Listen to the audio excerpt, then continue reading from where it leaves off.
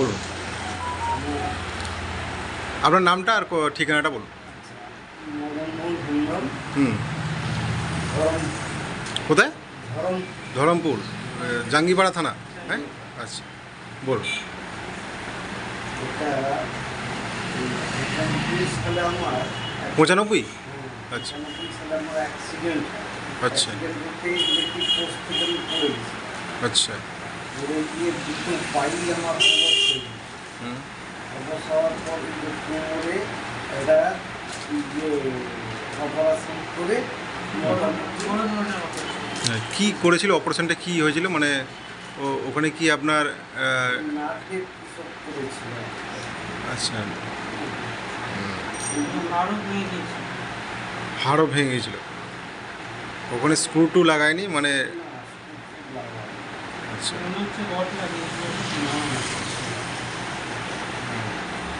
তো ওখানে অপারেশন করেছিল 95-এ? ওটা কোথা থেকে করেছিলেন?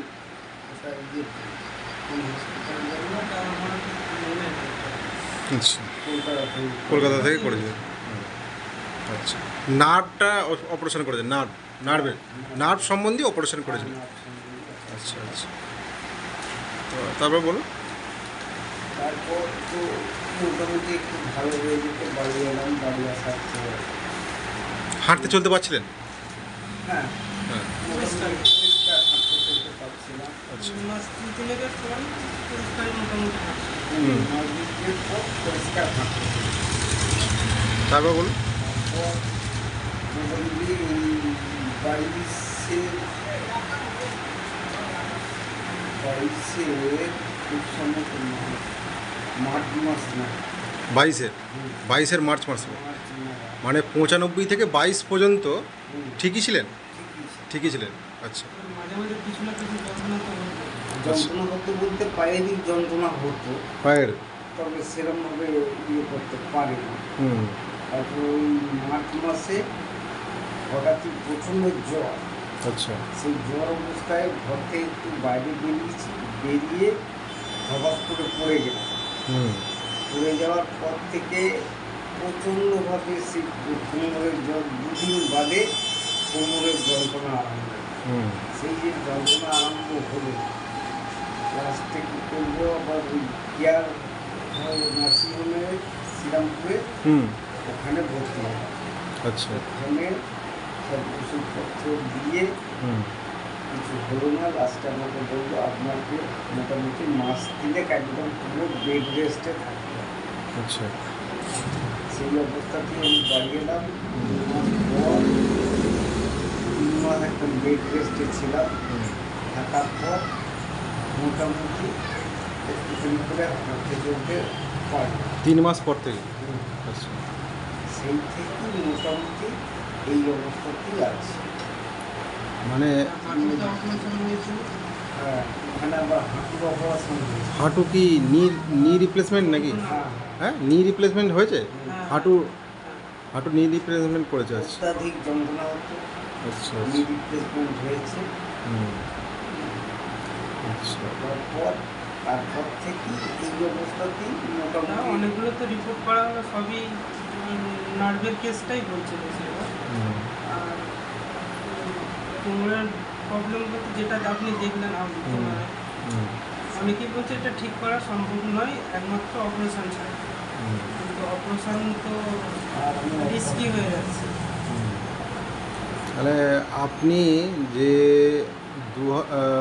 1995 সালে অপারেশন হয়েছিলেন, তারপর থেকে 2022 পর্যন্ত ঠিকই ছিলেন। হঠাৎ করে 2022-এর মার্চ মাসে জ্বর হয় অত্যাধিক, তারপর বাইরে এসে পড়ে যাওয়ার পরে তারপর থেকেই কোমরের যন্ত্রণা চালু হয়। তারপরে নার্সিংহোমে ভর্তি হন এই আপনি শ্রীরামপুরে। সেখানে আপনি 3 মাস বেড রেস্ট করার পর থেকে আপনি একটু ঠিক ছিলেন। ঠিক সেই অবস্থাতেই এখনও সেই রকমই আছেন, মানে অবস্থাটা একটু জানার জন্য আপনি একটুখানি উঠুন দেখি কী অবস্থায় আছেন, একটুখানি দেখো যে আপনি হাঁটতে চলতে কি মানে ঠিকঠাক পারছেন না পারছেন না, সেইটাই দেখার আছে। হাঁটতে চলতে একটু পাচ্ছি, তবে সেরকমভাবে কষ্ট হয়, হ্যাঁ, কষ্ট। মানে এই খুব ধরে ধরে উঠতে হয়। হুম। হ্যাঁ, একটুখানি ওই দিকটা দেখি চলুন। এইভাবেই এই একটু আস্তে করে আচ্ছা, এর বেশি হাঁটতে পারে। এর বেশি হাঁটতে পারবে না, তাই তো? বেশি চলাফেরা করা মানে মানে পুরো অবশ হয়ে যায় পা, পা অবশ হয়ে যাচ্ছে। কোমর থেকে পা পর্যন্ত অবশ হয়ে যায় বেশি। আর পায়ের এইটা ফুলে গেছে, যেটা বলছেন যে আপনি বসে থাকলে ফুলে যায়। বসে থাকবে ফুলে যায়। বসে থাকলে নয় তো কমে হয়তো খুব কম, মানে একেবারে যে বসে যায় কমে যায় হুম। সেরকম না। মানে এইরকমই ফোলা। এরকমই মোটামুটি আছে, আচ্ছা, ফোলাটা এরকমই থাকে। মোটামুটি এরকমই থাকে। আর এছাড়া আপনি আর কোথায় দেখিয়েছিলেন? এই শ্রীরামপুর ছাড়া আর কোথায় দেখিয়েছিলেন নাকি? হ্যাঁ। দেখানো বলতে ডাক্তার এমনি দেখানো চলছে। হুম হুম। এমনি ডাক্তারকে দেখাবে। ওষুধ খাচ্ছেন? হ্যাঁ, কি কি কি কি মানে আপনার ডিজিজের জন্য ওষুধ খাচ্ছেন? কি কিসের জন্য খাচ্ছেন? মানে ওই শুধুমাত্র কোমরের জন্য, ব্যথা বেদনার জন্য, নাকি জন্যই খাচ্ছেন? আর কোনো কোনো আছে। বলুন বলুন দেখি এটা। সুগার আছে, সুগার? প্রেশার আছে, হ্যাঁ। বা সুগার প্রেশারের ওষুধ খাচ্ছেন? হ্যাঁ, সুগার প্রেশারের ওষুধটা এগুলো ডাক্তার বন্ধ করে দিয়েছে এখন। আচ্ছা, তো সুগার তো আপনার ফল্ট করছে, নিচের দিকে যাচ্ছে তো। হ্যাঁ। ওই জন্যই বন্ধ করেছে। হুম। তবে ওইগুলো কন্টিনিউ চলছে, ওগুলো চলছিল। চলছে। সেটা কত বছর ধরে সুগার প্রেশারের ওষুধ কত বছর ধরে চলছিল? 1 বছর হবে। 1 বছর? আর আরও বেশি? 2-3 বছর? 2-3 বছর ধরে চলছিল। ঠিক আছে। আর আপনার কোমর এই স্পাইনে নার্ভের অপারেশন হয়েছিল, তাই তো? 1995। ঠিক আছে। আর এখন এইভাবেই কিছুক্ষণ চলতে পারেন, বেশিক্ষণ হাঁটতে পারেন না, হ্যাঁ? ঠিক আছে। তো আজকে নিউরোথেরাপি আপনি আমার চেম্বারে এসছেন, আমি রাজেন অধিকারী, আপনাকে ফার্স্ট আজকে ট্রিটমেন্ট করব। তো দেখা যাক। হ্যাঁ, নাম বলুন আপনার। আমার নাম মদনমোহন হিমরম। একটু জোরে বলবেন। হ্যাঁ, মদনমোহন হেমব্রম। মদনমোহন হিমরম। হ্যাঁ। বাড়ি হচ্ছে জানিপাড়া ধরমপুরে। আচ্ছা এখন আমি আচ্ছা, আপনি কি সমস্যা নিয়ে এসেছিলেন আমার কাছে?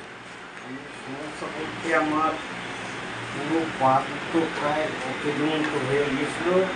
অবশ হয়ে গেছিলো একদম, মানে অকেজ, একদম অকেজ হয়ে গেছিলো। হাঁটতে পারছিলাম না। হ্যাঁ সেই থেকে এখন আমি এখানে হ্যাঁ। ডাক্তারের কাছে এসে কিছুটা রিলিফ পেয়েছি। নিউরোথেরাপি করছেন না? নিউরোথেরাপি করে মোটামুটি একটু হ্যাঁ, কত পার্সেন্ট মতো মনে হচ্ছে আপনার? মোটামুটি এই 4 দিনে আমার প্রায় 20% মতো ঠিক আছে। 20% মতো ঠিক আছে। আর আপনার কি কি সমস্যা আছে বলুন তো? টোটাল কি কি সমস্যা আছে একবারে গোড়া থেকে বলুন দেখি।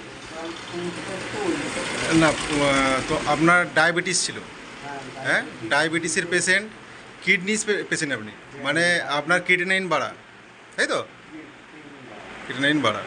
আর তার জন্য আপনার শরীরে ওয়াটার রিটেনশন হচ্ছে, মানে এই যে পা ফুলেছিল, এই পা একদম অনেক ফুলেছিল, তাই তো? এখন পা পা কেমন আছে এখন? পা ঠিক আছে তো? ফুলো কমে গেছে। আর আপনি ক্রনিক কনস্টিপেশন, মানে পায়খানা 2 দিন ছাড়া ছাড়া হতো, এরকম ব্যাপার ছিল, সেটা কি এখন রেগুলারিটি হয়ে গেছে তো 4 দিনের মধ্যে? হ্যাঁ, এই তো। আর আপনার স্পাইনে মেজর অপারেশন হয়েছে, মানে বড় অপারেশন 1995-এ, ডরসাল থেকে লাম্বার এরিয়ার মধ্যে, ঠিক আছে? আর আপনার লাস্ট আপনি কোথায় দেখিয়েছেন? লাকোটিয়াতে। কেয়ার? ওটা কোথায়? শ্রীরামপুরে, তাই তো? হাঁটুর অপারেশন হয়েছে, মানে এই তো লেফট সাইডে নি রিপ্লেসমেন্ট হয়েছে, নি রিপ্লেসমেন্ট হয়েছে।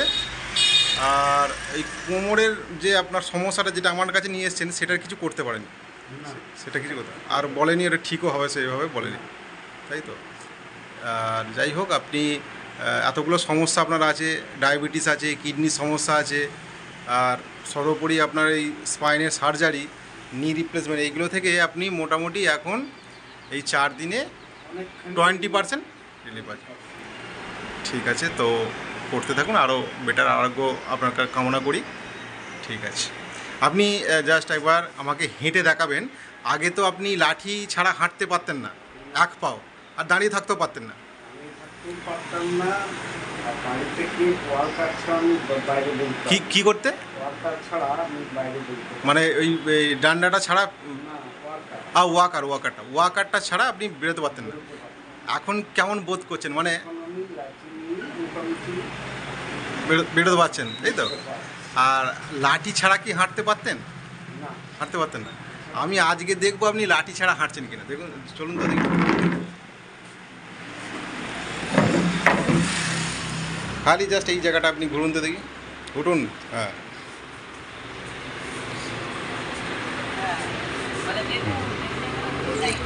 আপনি খালি একটুখানি সাইডে থাকবেন, ওনাকে হাঁটতে দিন, খালি সাইডে আপনি থাকবেন, সাপোর্টে থাকবেন খালি। দেখুন উনি একদমই হাঁটতে পারছিলেন না, হ্যাঁ তাই তো, একদমই হাঁটতে পারছিলেন না। আবার আসুন একটু, মদনবাবু আমার দিকে হেঁটে আসুন দেখি। লাঠি ছাড়া একদমই হাঁটতে পারছিলেন না। সেই জায়গা থেকে আজকে 4 দিন নিউরোথেরাপি নিয়েছে। আমার নাম রাজেন অধিকারী। তো মাল্টিপল ডিজিজ ওনার ছিল, সিভিয়ার ওনার সার্জারি হয়েছিল ডরসাল এরিয়ায়, ডরসাল থেকে লাম্বারে পড়ে যাওয়ার ফলে। তো আজকে উনি কিন্তু লাঠি ছাড়া হাঁটছেন, দেখছেন, ঠিক আছে। তো এটা বিরাট একটা মিরাকেল, 4 দিনের মধ্যে হওয়া মানে বিরাট ব্যাপার। ঠিক আছে, তো আপনার আরোগ্য কামনা করি।